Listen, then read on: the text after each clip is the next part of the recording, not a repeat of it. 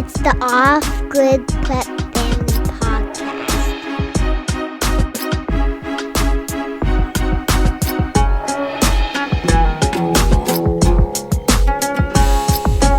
Hello everyone, it's the Off-Grid Prep Family Podcast, episode 21.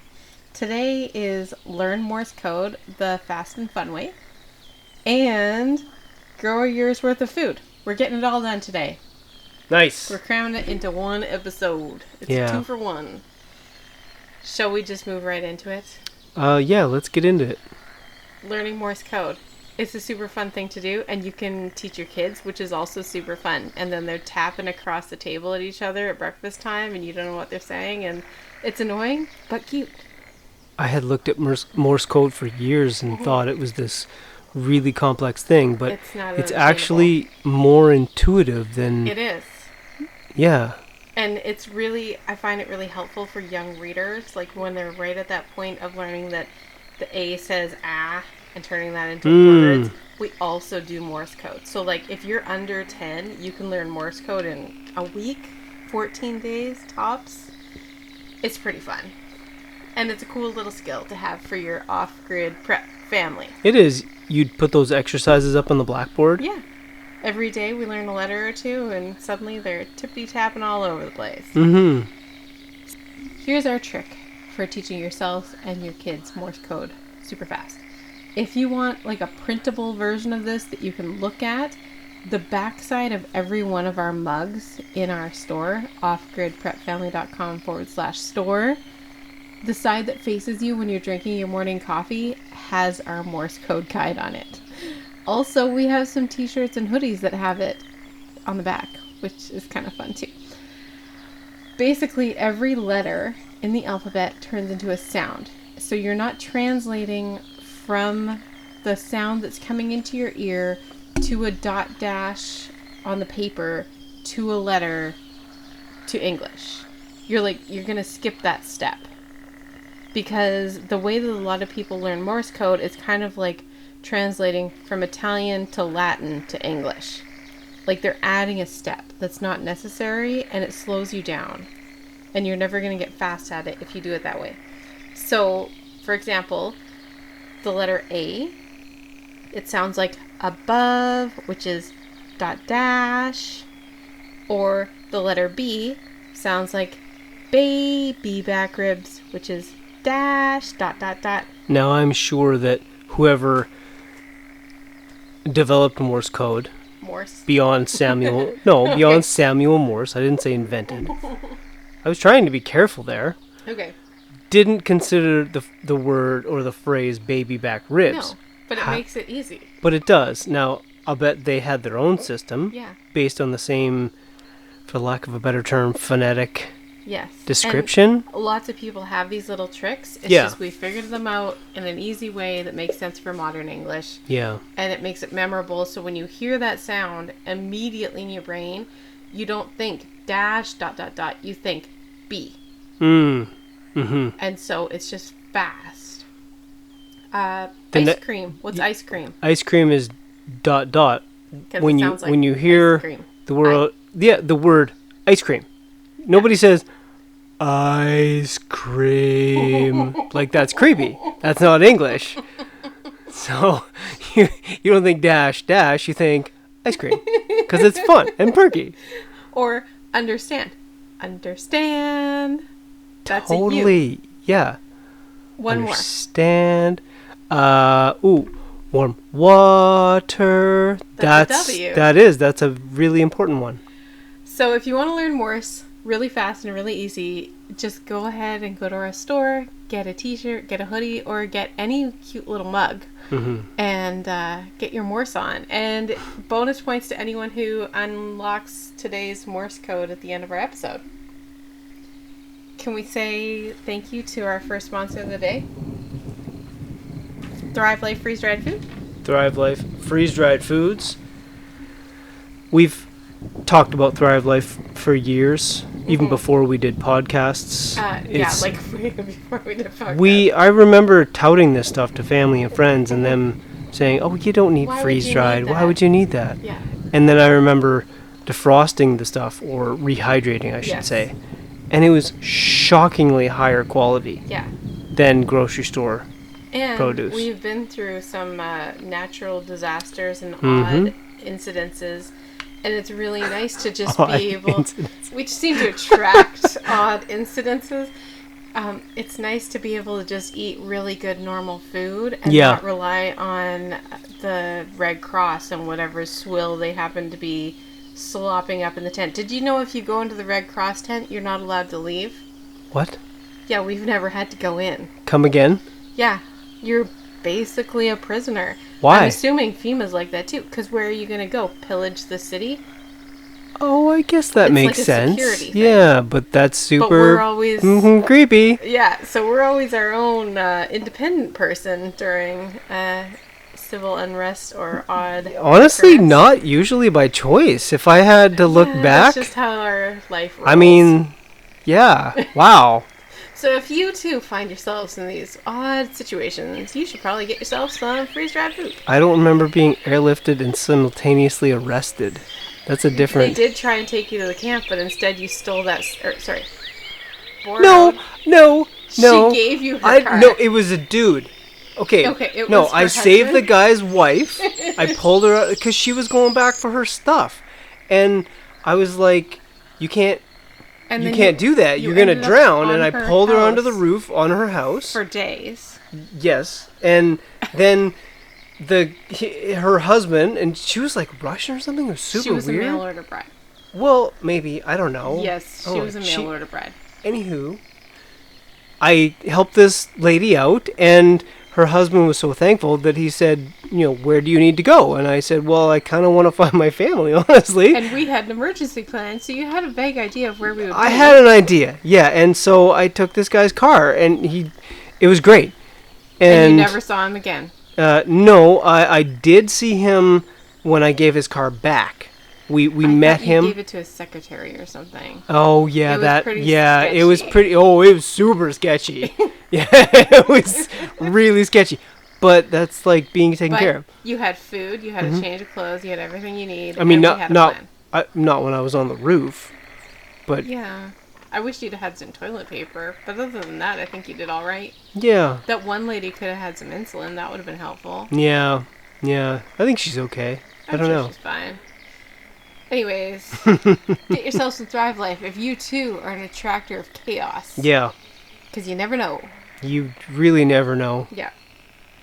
If you go to offgridprepfamily.com/friends, we've got a little linky dink there for 15% off your first order, which is no small deal if you're looking to put in a large No, it's not. order It's of freeze-dried really, food.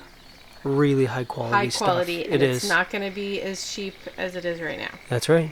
It's never going to be cheaper. Moving on. So we're talking about growing a year's worth of food. What does that look like? It's a lot of food. It's a lot of food. It's more food than you'd think, especially if you stop eating out and getting takeout and getting pizza. Yeah. That's a lot. There are no pizza plants. There are no It's- pizza plants. We made mostly homegrown pizza tonight, Yeah. but still, We yeah, you we can't- didn't grow the wheat. We didn't. We didn't grow the flour. You know, frankly, we could, but that's one of the things we're going to talk about today. Yeah. So, I guess if you're trying to grow a year's worth of food, which a lot of us are doing right now, you need to prioritize and you need to grow dollar signs. Mm-hmm. You need to grow what you eat.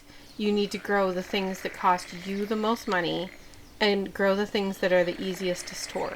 I mean, if you're prepping, if you're seriously prepping, and this isn't just a hobby, you're going to be going through some fundamental changes in who you are and how you feel and Yeah. think about things. And that will affect your diet accordingly. It does, for It sure. really does. You're going to be looking at drastic reductions in calorie counts anyways. And just like making wise choices, just like everything else you do. That's right. So that affects your garden. If Yeah. you try and recreate the abundance of... Yeah, strawberries 12 months of the year, Like- apples in May, that's gross. It's never going to happen. Avocado toast every morning. And frankly, it shouldn't happen. no, it's not natural. And it's probably not good And for you. it's part of what is making the world such a mess today, is Yeah. people wanting everything now. All the things all at once for really cheap. And it leads to bad fruit. frankly. Yeah, it just... Not just literally, but once you start growing all figuratively. your own stuff, you just can't bring yourself to buy that grocery store stuff because it just sort of tastes like water and It disappointment. Roundup? I don't even know. disgusting. It's really bad. So, for example, as far as like growing dollar signs, I personally am not going to grow my own like grains because it would take like 45 acres and equipment that I cannot afford. For now, to be clear, like Yeah. this is the stage we're at. And it's still really cheap to buy it. It is. Even organic, even the fancy, non-GMO ancient wheat that's low in gluten, like it's still really affordable to buy. It doesn't make any sense to And grow it this is yourself, for me. this is an important part of prepping. What stage are you at? What can Yeah. you still get cheaper than, I'm not going to go out and buy a $100,000 tractor when I can get flour for $12, what is it, $10 a bag We're now? now paying $30 for a 25 kilogram bag, which is a lot more than it was. But still, But it's a still heck of a lot really cheaper, cheap. considering the manufacturing Yeah. that has to happen. So that is a very important part of all your prepping. And there's a lot of that, like with corn, and we do grow sweet corn, but like we don't use enough cornmeal to No, grow We don't. an entire field of hard corn. No, And it's better to give up cornmeal entirely than Yeah. to. but if you can't get organic corn, you should probably give up cornmeal entirely. What's that's an- a different conversation. Yeah. I'm also not growing a ton of lettuce. I grow enough to have a head or two every day all summer, but you can't store it. No, you So really I'm can't. not You can't gonna freeze dedicate it. any big amounts of garden space to that. Yeah. By the way, if you live in zone 6 or cooler, this is your last week to plant lettuce for your fall harvest. Really? So do it now. Wow. Because that's just how long it takes. If you're growing like a Salanova or like a head lettuce. Okay. So plant those. We eat a lot of tomato and like pepper-based stuff, like salsa, tomato sauce. We eat a lot of that in the winter, even like tomato soup. So we focus a lot on those because they're very expensive to buy. Yes, And they are. always were expensive to buy, especially if you're going for organic. So they're going to be really expensive to buy now. They really were. In Canada, it's always been expensive to buy good tomatoes and good Yeah, peppers. Yeah. So focus on the things that you spend a lot of money on. Pickles, pesto, like things that you might eat a lot more if they were free or basically free. Yeah, garlic. yeah. For us this year, we've lot of garlic. really been working on garlic, and Yeah. we've had a lot of big failures with garlic. We have garlic nematodes. Once you have garlic nematodes in Well. your soil, We have everything. we have everything because we're surrounded by large scale farms. But once you have the garlic nematodes in your soil, there's no way to get rid of them, and crop rotation will not evade them Yeah. because they can move a long way, which is why you need to be really careful about where you're getting your garlic seed from, like the little cloves that you plant. Ideally, you would find an old-timer gardener who has been using his own seed for decades, who has never brought any new garlic into his garden, and you get it from him. But Right. otherwise, you're gonna And deal since with it he's selling to you and not just giving it to his kids, there's no way he's not going to be super creepy. Oh, and he's probably just like sprayed the heck out of it with 7 spray Oh. or something. Anyways, garlic.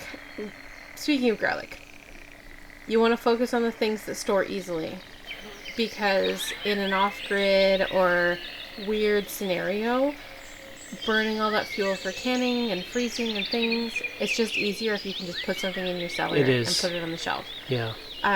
Winter squash. We eat our pumpkins until about Valentine's Day, early March, and then some of those thicker skin squash, we're eating them right up till April. Yeah. Carrots, potatoes, onions, garlic, and cabbages. Those are the things that we try and eat a lot of, and coincidentally, that's winter food. Can I talk about how we learned to store root vegetables this year? Yes, and this depends on your humidity. It I very think, much more than does. anything. Yeah. So if you live in a very humid climate, you can't take advice very literally from somebody who lives in a very dry or arid climate. Yeah. So what we found from our own experience is if you live in a dry climate, you can store your root crops in, quote, dirt. Yeah. right? It has a lot of moisture in it. There's a lot of organic material in there. But it's almost as though you haven't dug them out of the soil. That's and what they it's like. that Th- if they it's do, not too yeah. humid. But if you live in a humid climate, as we do, you need to store them in dry peat moss. Yeah, dry. Dry. But enough to cover them, Yeah. almost to cool them and keep the light out. Mm-hmm. But you cannot have any organic Can't material. add any moisture to them, or they start to grow and then they rot. Then they rot immediately. So that was we really searched for that. Yeah, Yeah. because not having to can or pickle or freeze your carrots, when you're talking about a whole lot of carrots, that's a big savings, but you got to figure out what works in your area, right? Mm-hmm. Because prepping is about surviving and then still like enjoying your life and thriving, we also think about growing things that add to the quality of life. Stuff that you might not normally want to spend a lot of money on at the grocery store. So once you've got like all your basics ticked, start thinking about like growing all that basil so you can make basil pesto. I could never in my life afford to grow that amount or to buy that amount of basil. No, but we can grow it. Yeah. And at the end of the summer, everyone's just sick of basil and the freezer is full of basil pesto.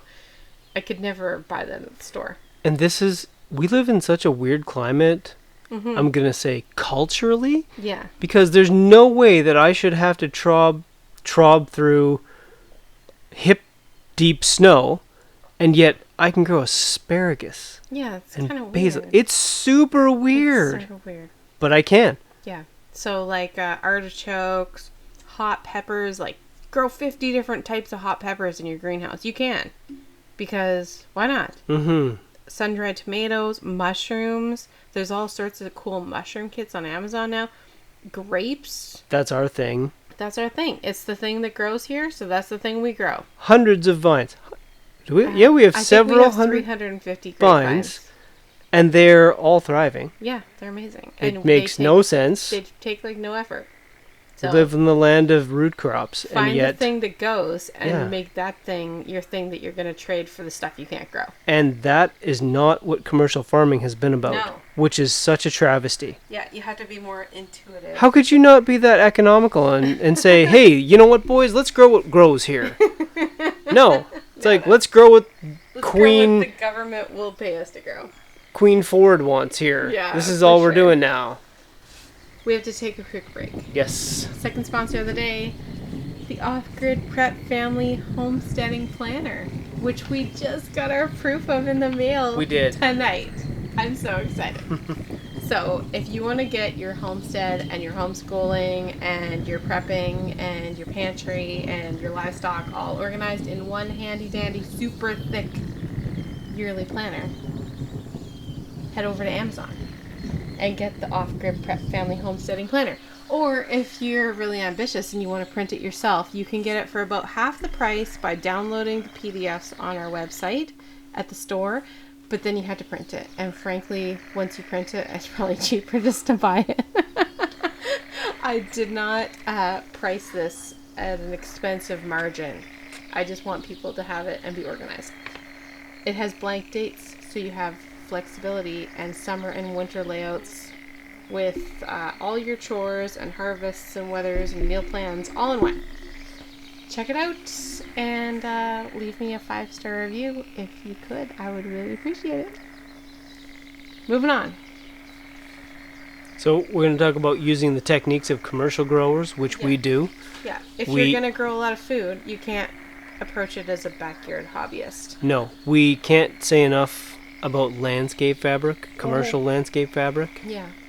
You just, if you're growing a huge crop, you can't If you weed don't that. have slaves, even if you have many, many teenage children, It gets hot.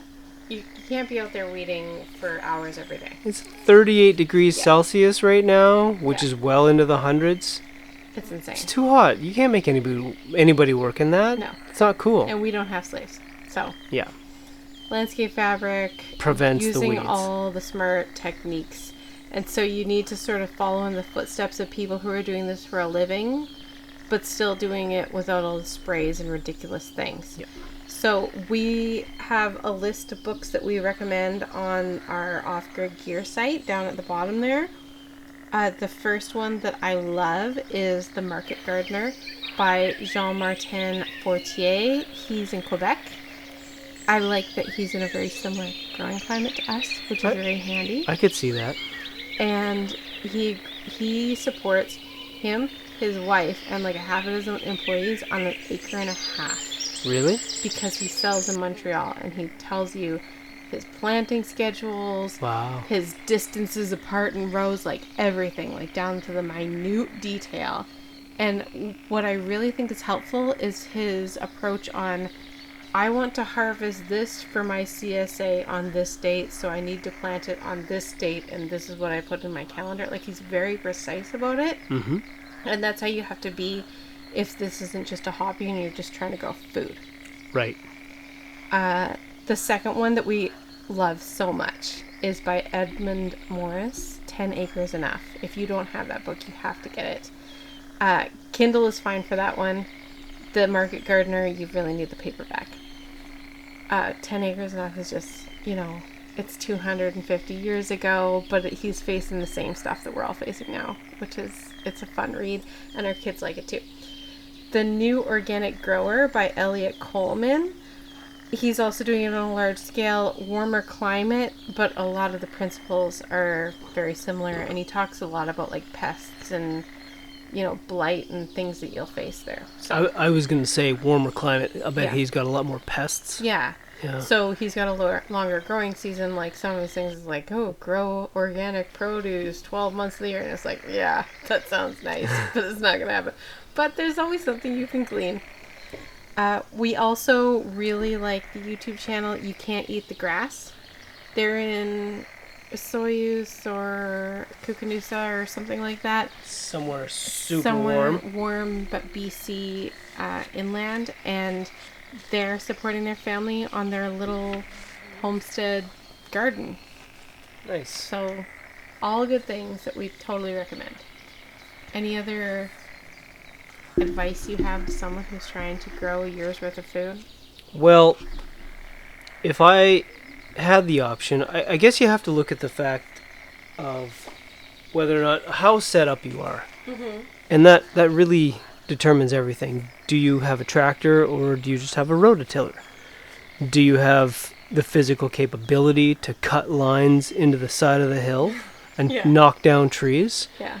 I mean, this is important stuff. It is. And is your land field? That first year that you're trying to push back the forest, even if it's a field, it's full of weeds. it's really hard. There's a serious juju in there that, like, you can't. You're fighting. It creates a kind of a macroorganism in the environment that you're going to have to just tear that thing apart. Yeah, you've got a beech tree. Yeah, this isn't 50 feet away, and suddenly you've got a beech sapling growing up from the roots in your garden. We talk about this all the time, but I don't know if we've ever talked about it on this level of gravitas in the podcast. Is when you walk into any wild scenario, which if you're excuse my glug. If you're a prep, I'm just going to give you a minute. Pardon me. If Uno momento, por favor. You good? Yeah, I'm good. Okay. If you walk into any scenario outside of a city, you're going to run into the wild. And since everybody listening to this and everybody who understands us is a prepper, we are all attracted to that wild space. Yeah. The downside of that wild space is it's wild. Yeah. It has an energy and a strength that you haven't encountered before. If you've grown up in the city, you might be mistaken in thinking that it likes you.